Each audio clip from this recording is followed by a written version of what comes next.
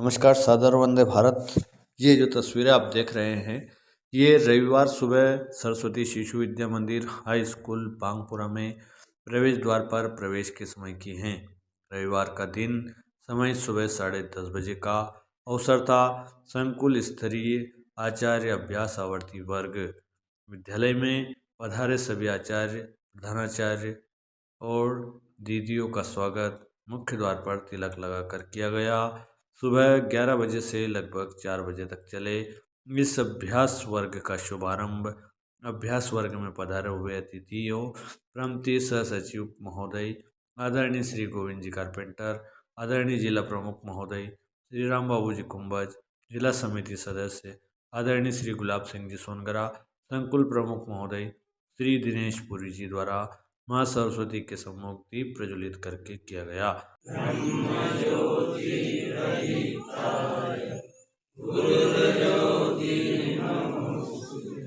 तत्पश्चात माँ सरस्वती की वंदना की गई।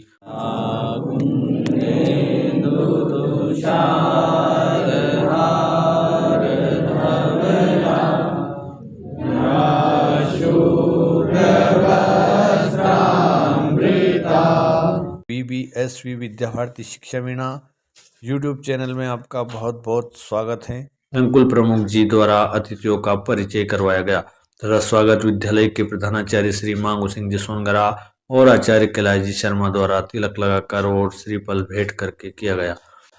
कार्यक्रम की भूमिका श्रीमान जिला प्रमुख जी द्वारा रखी गई। जिस प्रकार के संगठन की रीति नीति है उसका मार्गदर्शन प्रांतीय शिक्षण की पंचपदी आधारित शिक्षा एवं शारीरिक मापदंड किस प्रकार से होना चाहिए, क्योंकि शारीरिक यदि हमारा फिट रहेगा तो हमारे विद्यालय का अनुशासन भी निश्चित ही तौर पर ठीक रहेगा।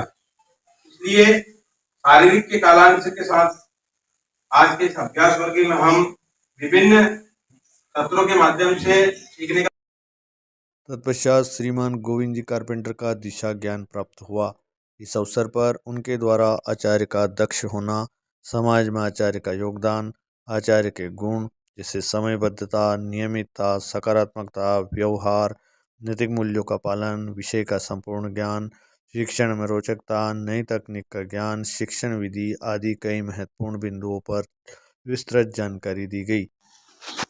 हमारे आचार्यों की दक्षता प्रतिदिन बढ़ना चाहिए। हम तो सिर्फ एक योग्यता है, कोई हमारे पास अनुसूची होगी उसके माध्यम से उसके आधार पर हमारी नियुक्ति हुई होगी, उसके बाद भी हमको दक्ष होने की आवश्यकता पड़ती है। इसलिए विद्या भारती समय समय पर विभिन्न प्रकार के प्रशिक्षण आयोजित करती है। आप में से ऐसे कितने आचार्य व्यापक दृष्टि कौन, तो हम एक व्रत से जुड़े हैं जिसको हमने बोला आचार्य व्रत। जिस व्रत को लेकर काम कर रहे हैं, जिस उद्देश्य को लेकर काम कर रहे हैं, तो हमारा उद्देश्य क्या है? तो हमारे विषय का सबसे अच्छे से अच्छा प्रतिपादन करना कक्षा के अंदर, और मेरा विषय भैया बहनों के सामने बहुत सरलता से प्रस्तुत हो जाए, इसका ये मेरा व्रत है, ये मेरा आचार्य व्रत है। हमारे यहाँ पर आचार्य की परिकल्पना अलग प्रकार से की है। आचार्य के गुण मतलब क्या? कार्यक्रम के द्वितीय सत्र में श्री सुरेश जीतांगी शिक्षक द्वारा गणित अध्यापन कार्य की विभिन्न तकनीकों और शिक्षण विधियों को समझाया गया। राजस्थान की सरकार में अलग तरह की पढ़ाई होती थी, मध्य प्रदेश सरकार अलग है, गुजरात अलग है, सब प्रांतों में अलग अलग तरह का कार्य होता था। यहाँ तक कि शासकीय स्कूलों में आप अपने विद्यालयों में भी अपन भिन्न रूप से थे। आपने देखा होगा कि विगत वर्षों से 5वीं और 8वीं की जो परीक्षाएं संचालित हो रही है, उनमें पेपर कहाँ से आ रहे हैं? कौन बना रहा है? एनसीईआरटी बना रहा है।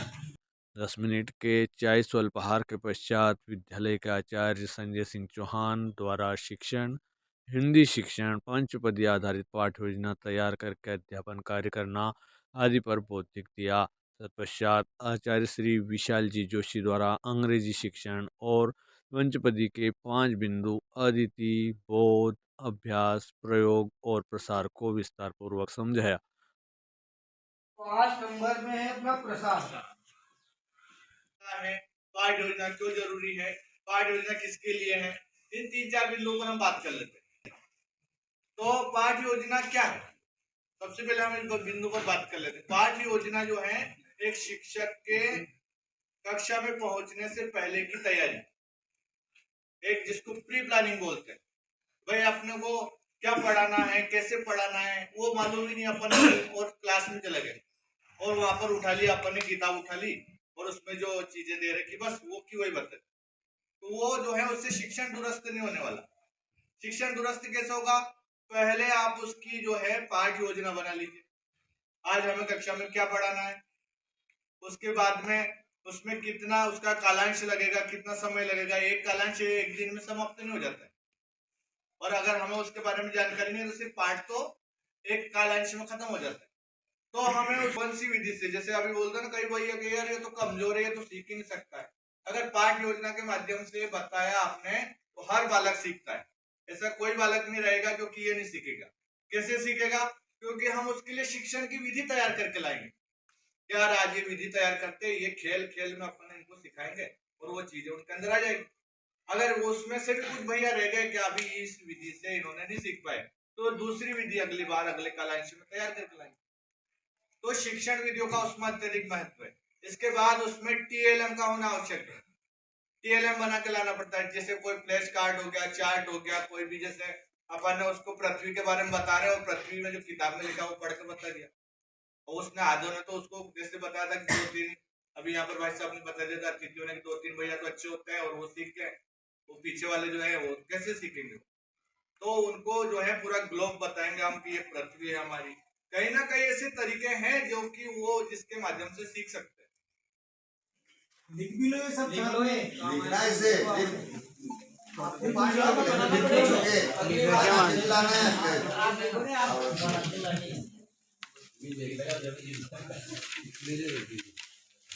का पहला बिंदु है कि आज अपन कक्षा में क्या पढ़ाएंगे। पाठ योजना में अपन को सबसे पहला ये सीखना है, अगर अपनी प्री प्लानिंग नहीं होगी, अगर कोई डॉक्टर को किसी मरीज का अगर ऑपरेशन करना है तो उसके लिए उसको पहले तैयारी करनी पड़ती है, उसके लिए पूरा रोड मैप डिजाइन करना पड़ता है। जैसे कि उसके लिए क्या क्या चाहिए, आपको सीजर की जरूरत पड़ेगी, पूरा टूल बॉक्स उसको रेडी करना पड़ेगा, उसके लिए पूरा बेड की व्यवस्था, कमरे में पर्याप्त एसी है या नहीं, तो उसके लिए पूरी व्यवस्था करनी पड़ेगी। अगर ऐसे अगर बात करें, अगर किसी सेना के जवानों की बात करें, अगर उनको किसी जंग में जाना है तो उनको भी पहला क्या तैयार करना पड़ेगा, पहला एक रोड मैप तैयार करना पड़ेगा। तो उसी प्रकार अपन शिक्षक सभी आचार्य यहाँ पर मौजूद है, तो अपन यदि कक्षा में जा रहे हैं तो अपन को भी कुछ इसी तरह से पहला से तैयार होके जाना है। तो कैसे पढ़ाएंगे अपन उसको, पाठ योजना में सबसे पहला बिंदु है पाठ योजना है क्या, तो उसमें अपन को ऐसा प्रयास करना है कि पाठ योजना में अपन जैसे अंदर गए तो पाठ योजना में अपन को सबसे पहला ये निर्धारित करना है कि आज अपन क्या पढ़ाएंगे, और दूसरी बात यह है कि अपन उसको कैसे पढ़ाएंगे।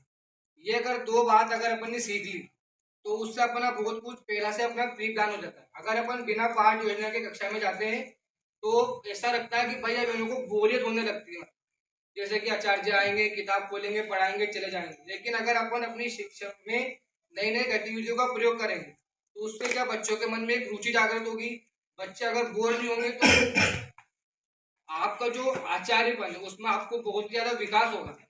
आपको अगर आपके अंदर अगर आप अच्छी पाठ योजना बना के कक्षा के अंदर जाते हैं तो उसमें ऐसा रहता है कि शिक्षक के अंदर कॉन्फिडेंस आता है, उसको ये सोचना नहीं पड़ता कि मुझे क्या करना। अंतिम सत्र शारीरिक का था, जिसमें समता योग हुआ। कार्यक्रम का संचालन श्री दिनेश जी पालीवाल द्वारा किया गया। शिशु मंदिर हाई स्कूल बांगपुरा का आचार्य श्री लालचंद जी मालाकार द्वारा आभार व्यक्त किया गया। शाम 4 बजे राष्ट्रीय गीत और शांति मंत्र के साथ कार्यक्रम का समापन हुआ।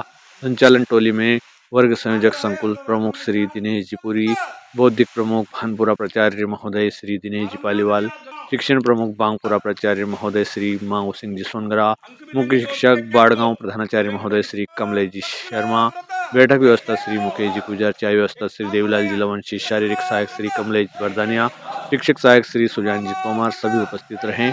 आज की खबर में बस इतना ही। हमारे साथ बने रहने के लिए चैनल को सब्सक्राइब कीजिए और बेल आइकन प्रेस करना भूल मत जाना। धन्यवाद।